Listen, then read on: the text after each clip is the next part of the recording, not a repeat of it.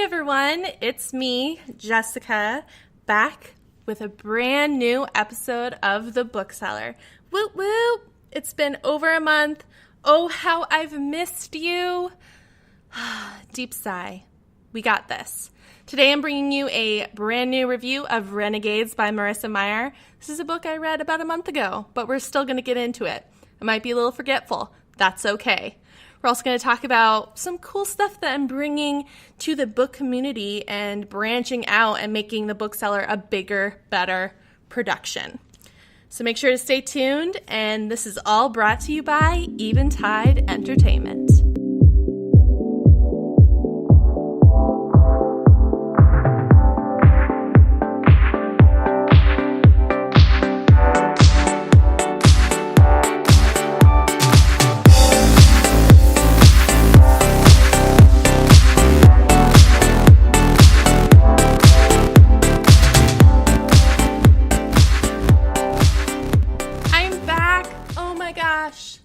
I'm back. The show is beginning. All right.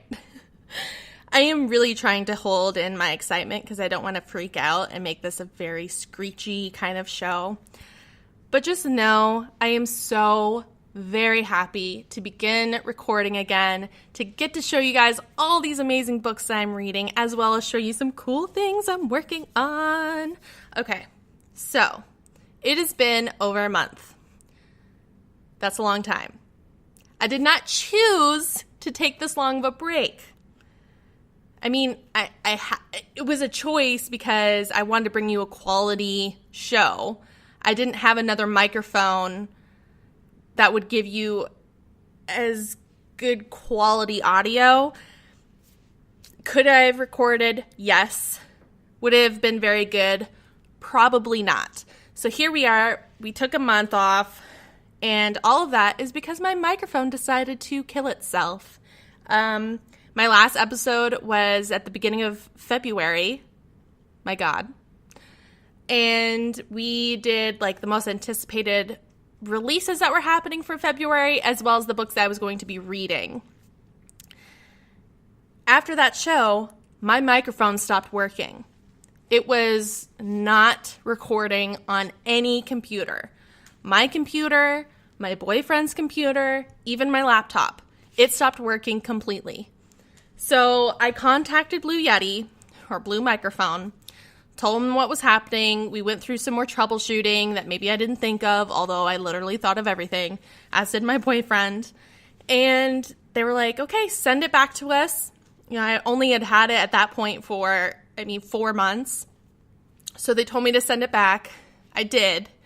And they tested it, see if they could fix it. They couldn't, so they sent me a brand new microphone to replace it, which is awesome. All I had to pay for was to ship my microphone to them.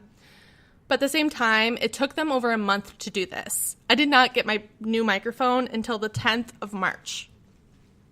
That's a long time. So, yes, I'm happy I got my microphone back. It's beautiful and brand spanking new. But it just took a really long time. So it was kind of disheartening just because I missed being able to gossip about my books that I was reading.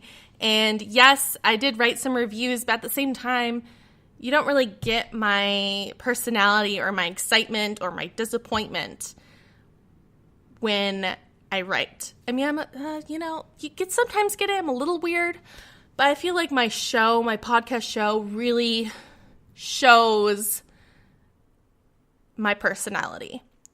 So, with that said, I am also going to be releasing a YouTube channel. My YouTube is going to coincide with the Book Cellar, so it's also a Book Cellar YouTube. I'm going to have, we're going to change a couple things.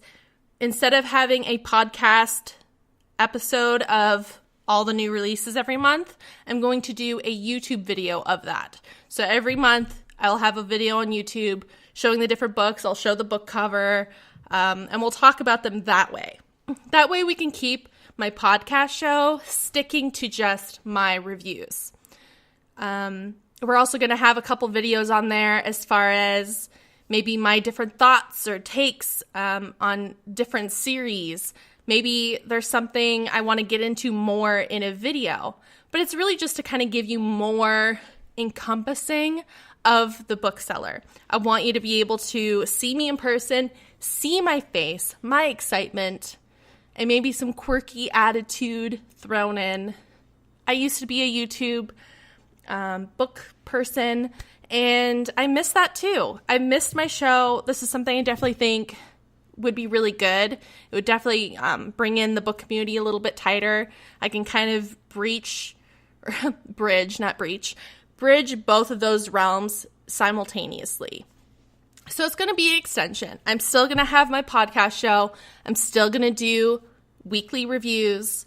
That's not going to change. You're just getting more content. With that said, I'm also releasing a Patreon. And with my Patreon, you're actually going to get, the different tiers have different things you're going to be able to get to see. One of the really cool things that I'm doing is while I record a podcast, so my review, like right now, I'm sitting in front of a camera and also recording myself. So yes, you're going to see me sitting down talking to my microphone, but I edit out all of my weird like tangents or mess ups or my bloopers. But I'm going to release a video for my Patreon supporters that get to see some of my mess ups and my bloopers. Just kind of a fun thing. There's also going to be more stuff. You could play games with me. I'm going to throw more of my gaming stuff onto that channel. And I mean, yeah, it's just, we're really going to branch out and make this a bigger thing. So hopefully it gives you more content, more stuff to see and listen to. But with that said, we're here. It's the Book Cellar, and we need to talk about a goddamn book review. The 3 books that I read this month, or over the last month, I only read 3. I'm almost on the 4th. I'm about to leave for a trip, so I'm just kind of in that madness kind of area of my life right now. But I read 3 books fully. The first, Renegades by Marissa Meyer. That's the one we're going to review after our break. Second was The Cruel Prince by Holly Black. You're going to get that review next week. I definitely have a lot to say about that one. If you can't tell by my silence, I'm disappointed. Third was The Immortalist by Chloe Benjamin. Yeah, I don't... Anyway, I'm trying not to give you too much because I want you to be able to tune in and listen, but I don't know about that one. I will do a review on it. It just might not have a lot of substance because I just felt kind of indifferent with that book. Like with The Cruel Prince, I had a lot of opinions. The Immortalist, I just kind of feel middle of the road, like, okay. The current book I'm reading right now is Unearthed, and it is so good. That's all I'm going to say. I'm almost done with it. Hell to the yes. That is fantastic. Let's move on. Let's talk about the Renegades. So, you want to know how I felt about this book? This over 600-page monstrosity of a book? Well, you're going to have to stay tuned and listen to these wonderful commercials brought to you by Eventide Entertainment. We only bring the best to you guys. This isn't, frivolous fluffiness. I mean, I'm fluffy. I'm frivolous. But that's why you're listening to me. We have a great, great variety of shows in Eventide Entertainment. So make sure you listen. Stay tuned and stay around because I'm going to get into this book review. Wednesdays on Eventide, Robert Yetter and Mike Shea sit down and throw albums at each other, talking about them, picking them apart, ripping them a new one. All different artists, all different genres, all different levels of suckage. It's Track Record, Wednesdays at 9 a.m. on the Eventide podcast feed. For more information, go to eventideent.com.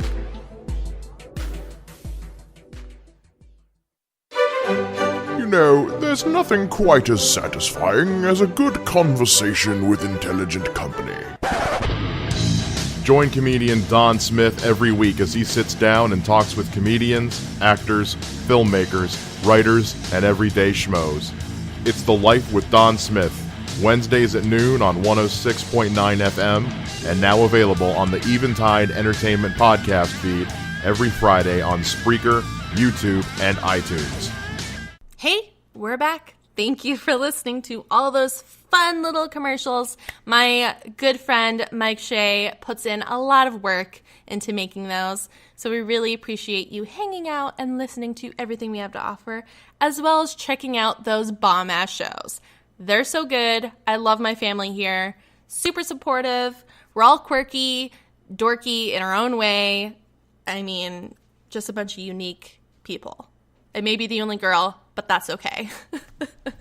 All right, so let's talk about this book. I am so flippin' excited right now. Just the fact that I'm getting to do this again. Okay, contain yourself, Jessica. Deep breath, yoga.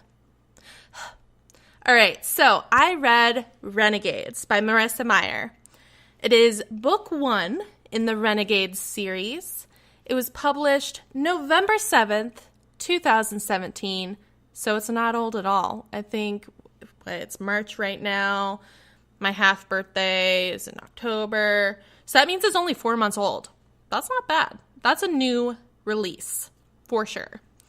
So right now, the average rating on Goodreads is a 4.11. That's pretty solid. And on Amazon, it has a 4.4 out of 5. Again, very good ratings. You could tell that a lot of people like this. This second book is going to be coming out in November of this year. So you're only getting a year break, which is pretty normal for a book series in YA at least. I know with like George R. R. Martin, I can't even remember how long it's been. I'm pretty sure A Dance with Dragons came out either in 2010 or 2011. I can't remember for sure, but it's 2018. We've waited way too long for that book. So I'm grateful that we only had to wait a year for the new Renegades book 2. All right, so let's talk about the description that Goodreads has for this book, and then we'll break it down. The Renegades are a syndicate of prodigies, humans with extraordinary abilities, who emerged from the ruins of a crumbled society and established peace and order where chaos reigned. As champions of justice, they remain a symbol of hope and courage to everyone, except the villains they once overthrew. Nova has a reason to hate the Renegades. She is on a mission for vengeance. As she gets closer to her target, she meets Adrian, a renegade boy who believes in justice and in Nova. But Nova's allegiance is to a villain who has the power to end them both. So that's the description. You get a little bit after reading the book. It does that's a very solid description without giving anything away. So, yeah. So Marissa Meyer's the author. You've heard me talk about her before. She's very, very, very popular in YA. She has a lot of hype and a ginormous fan base.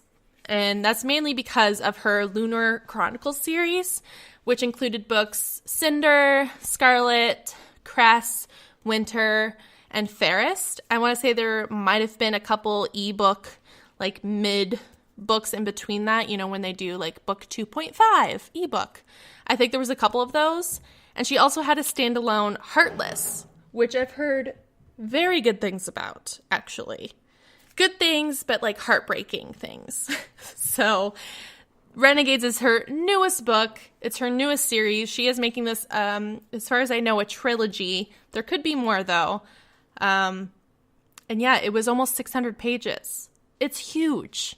I am not one to gravitate towards giant books like that, especially if I want to read them in a week. They have to be really good for me to be able to get that done. Now, mind you, I got it done. So what does that say? That was pretty dang good. But we'll get into that.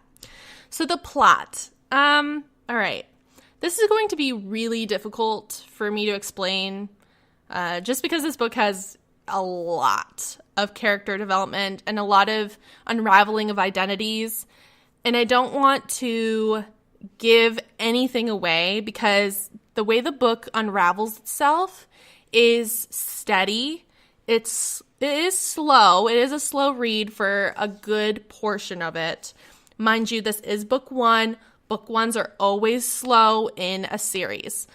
But there is a lot of character development and world building that takes place. So if you're okay with that slow progression where you're kind of slowly unraveling these identities of these different prodigies and what's going on in the world, the politics of the world, it happens. It's just slow moving. I'm trying to stay away from spoilers because it is a new release. So I'm going to sound very, very basic when I'm talking about this. I'm going to give very minor details away. Please don't hate me. So Renegades is very much like a young adult release of X-Men. Although the superheroes have different powers than in the original X-Men, it had a very similar premise. So like I said, being as it's book one, it does a lot of setting up the world, as well as why this world needs superheroes. It kind of gave me the feeling of what would have happened if X-Men were the ones in charge of the government, and the difficulty in creating and maintaining a society that allows prodigies or people with these extraordinary abilities to be in charge. I think that's something that we see a lot in the X-Men movies, is that kind of, society doesn't know how to feel about these people with superhuman powers. Some of them really idolize them and they're amazing and da-da-da-da. But other ones, because of their powers, are so dangerous, and that really scares like us normal humans, that there's like that difficulty in should the Renegades, should the Prodigies come out in the open, say, this is who I am, you're going to like it, whether, it's going to be here whether you like it or not. And that's very much like the book, The Renegades. So these people, they're in charge of society. There's a rift between the anarchists, which were the ones that started this. It's kind of like the anarchists came in, they're like, listen, we have these superhuman abilities. I am sick of being in the shadows. I am sick of my kind being hunted down and killed. I just want to be out in the open. I want to be accepted.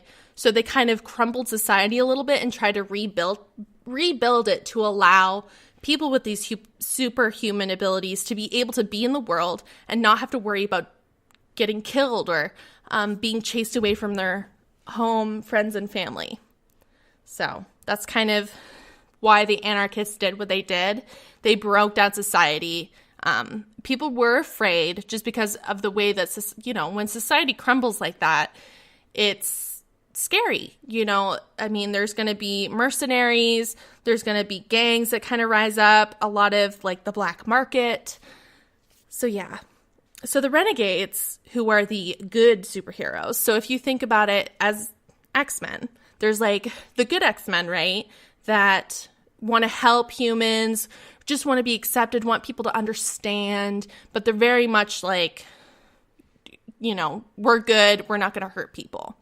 Where the anarchists or the bad X-Men, although they're not really bad, they're just wanting people to accept them. This is who I am. I'm not going to, be oppressed or told that I can't express myself.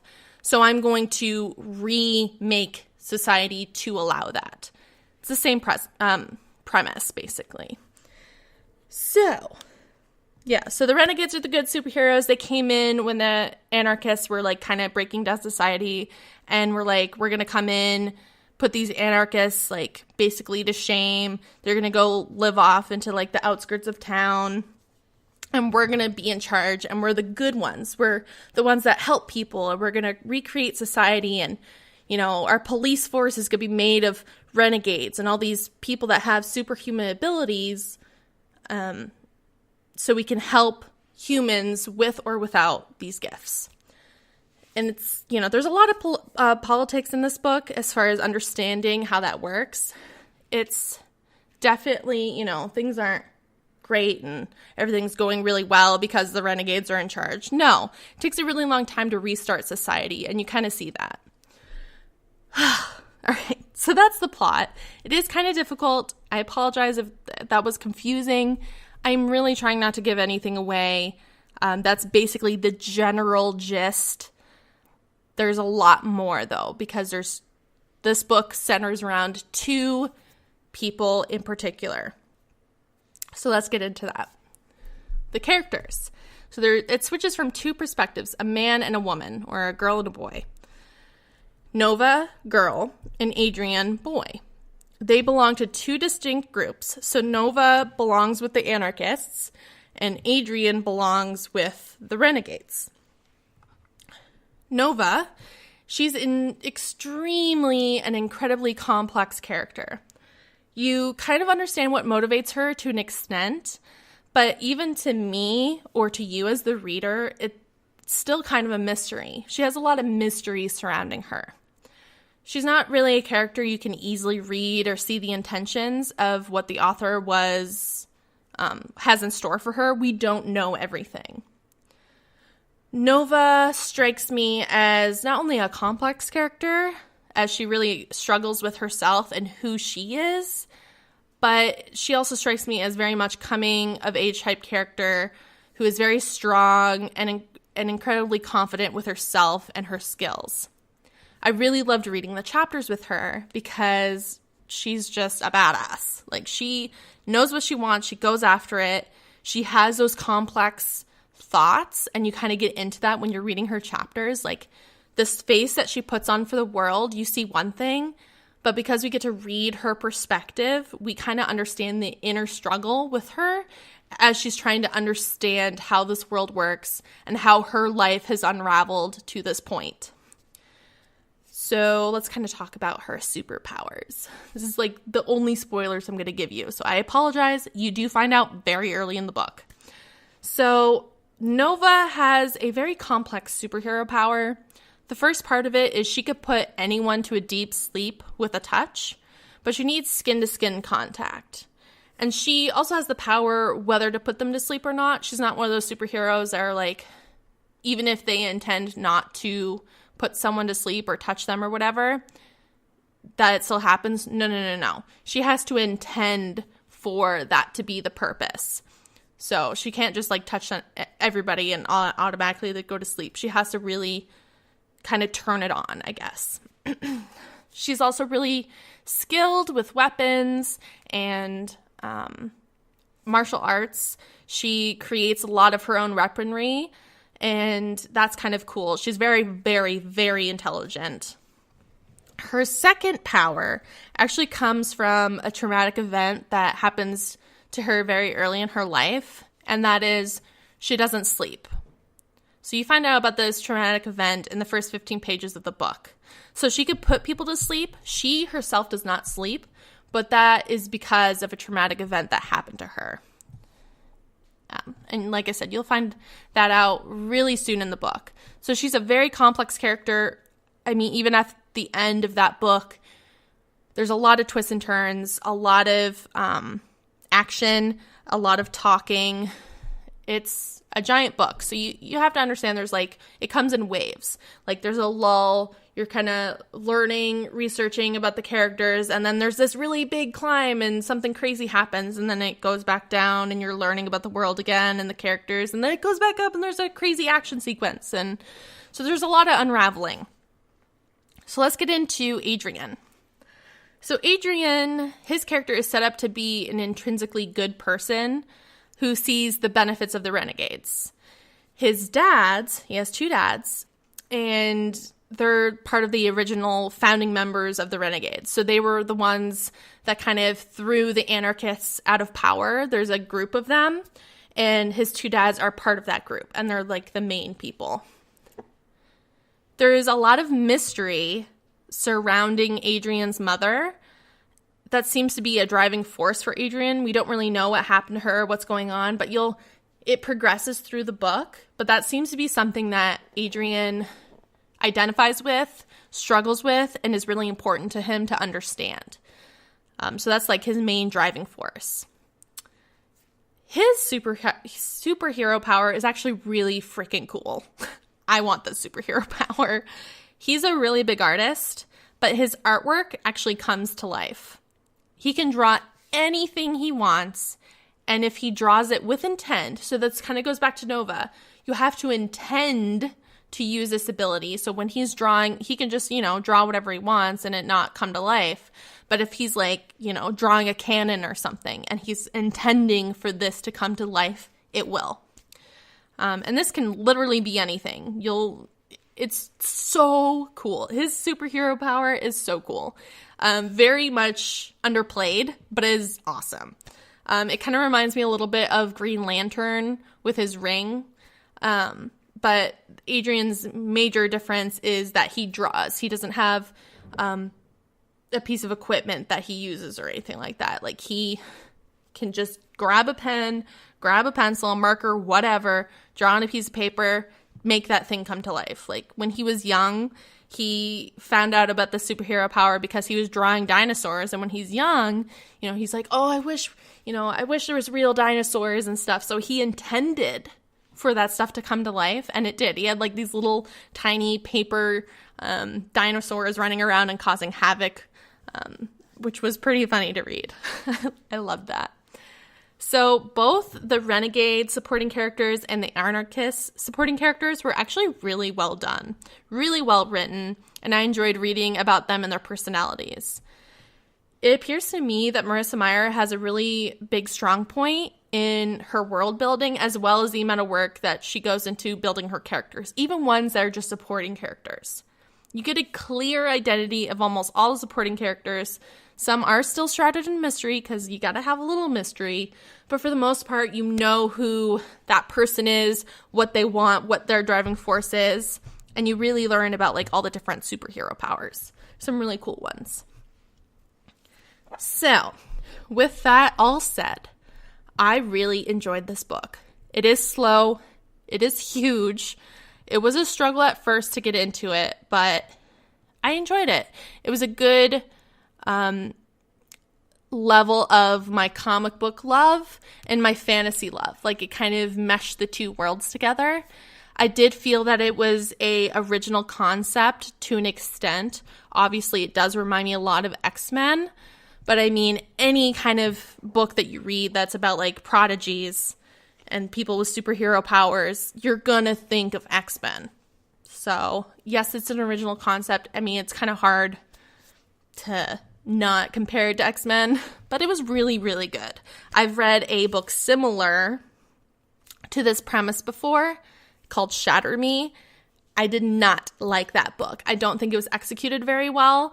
I heard the series does get better, but Renegades for book 1 was really, really good. A lot of people that have issues with it felt like it drags on and there's not a lot of action. I agree with that. It's just, I kind of went in being like, okay, this is a really big book. She's obviously setting up this world, and she did. The world building is amazing. There's a lot of political stuff that you have to kind of trudge through to understand how this world works, as well as like why there's conflict still, and as well as the character development. There is so much unraveling. I felt like when I would put this book down, like, that meme with all the different pictures on the wall and there's like lines to each picture. That's kind of what it felt like, oh my God, this character is somehow connected to this character, but this event happened and this person is somehow in that part of the plot. And oh my gosh, there's so much unraveling that you have to do in this book. But it was really good. I liked it. I enjoyed it thoroughly. The writing was really excellent.